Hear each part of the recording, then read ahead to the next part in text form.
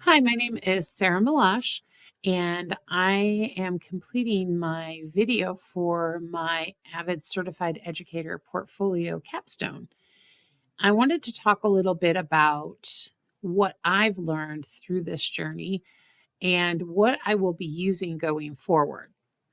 Um, the foundations of instruction were very enlightening to me in that it gave me a moment to reflect on my educational practices in the classroom and how I interact with students, how I design lessons, how I go from the beginning of what needs to be taught all the way to the end of determining if students were able to get the information and apply it and produce their own artifacts.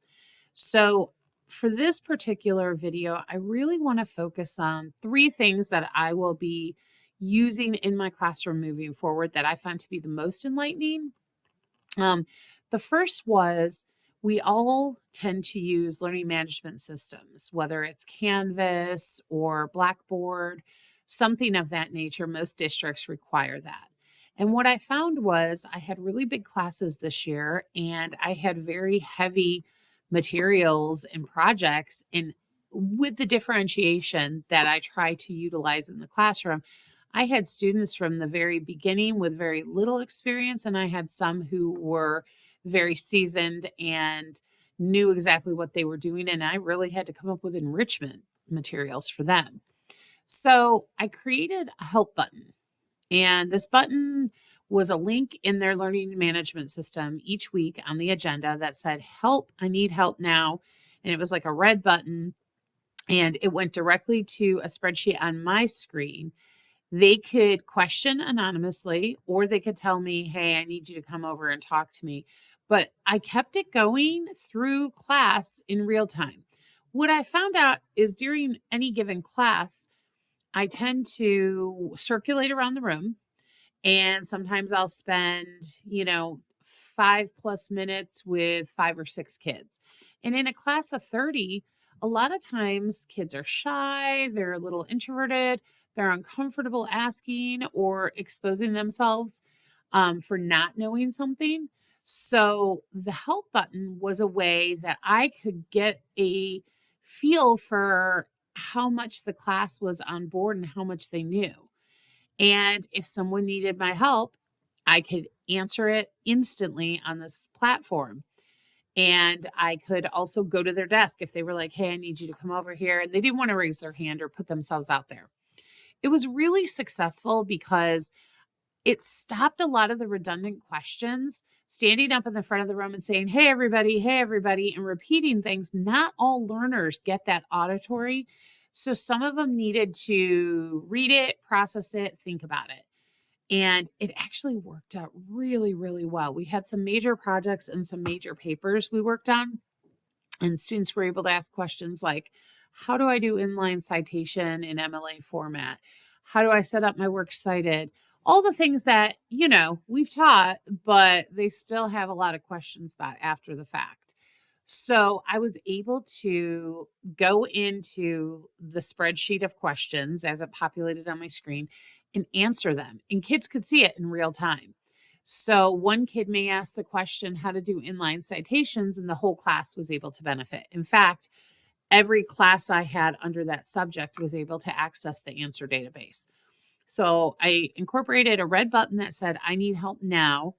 And then I used the answer frequently asked questions spreadsheet to answer all the questions. The askers were anonymous to the class, but I was able to see them. And it gave me an opportunity to answer some silly questions and some really good questions. And sometimes I had to say, okay, I'm going to have to pull this kid because they need a little extra help.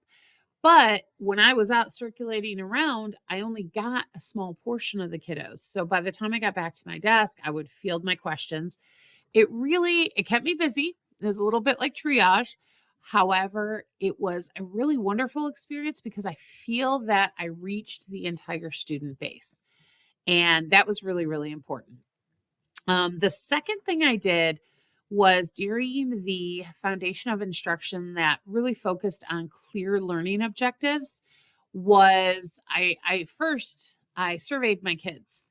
And though I have been printing learning objectives on every agenda and every assignment since the beginning of time, I didn't feel like the kids were ever really paying too much attention to them. And based on my survey, I was right. The kids said, yeah, we just ignore that. It doesn't have anything to do with us. So what I did was I completed a lesson.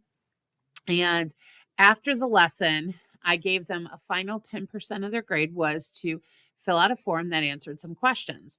And what I gave them was the learning objective that I created based on my expectation of what they would learn. And then their perception of, did I learn that? If not, what was I missing or what did I learn? And the reflection really made them question, like, I actually did learn some things. I never thought I learned much in school, but now they're like, they started thinking about it. And so I parlayed that into my last foundation of instruction. And I asked the students, I gave them an assignment. We started off by looking at the learning pyramid, and the learning pyramid said 90% of what you teach, you retain. So we agreed that each group, and I assigned the groups, I made sure I had a nice mix of kiddos in there. Each group would teach some content to their classmates in an engaging way, as well as having an engaging activity. And they would start the process by writing their learning objective. So I provided the content and some guidelines. They took that information and they wrote their own student will be able to learning objective in order to. And that was really interesting to hear them discussing what the expectation was and what they were going to learn. And then I told them they were tasked with determining whether or not the students had achieved that learning objective. So they had to create an activity that was not only engaging, it would give them some insight and they could collect, and then they could confirm whether or not that the students had learned what the goal was that they had set out. So just the watching them work through this from the beginning to the end was awesome. It was very enlightening to me, the way that they really thought about things. And I also realized that what they think is engaging versus what we as educators think is engaging are two totally different things.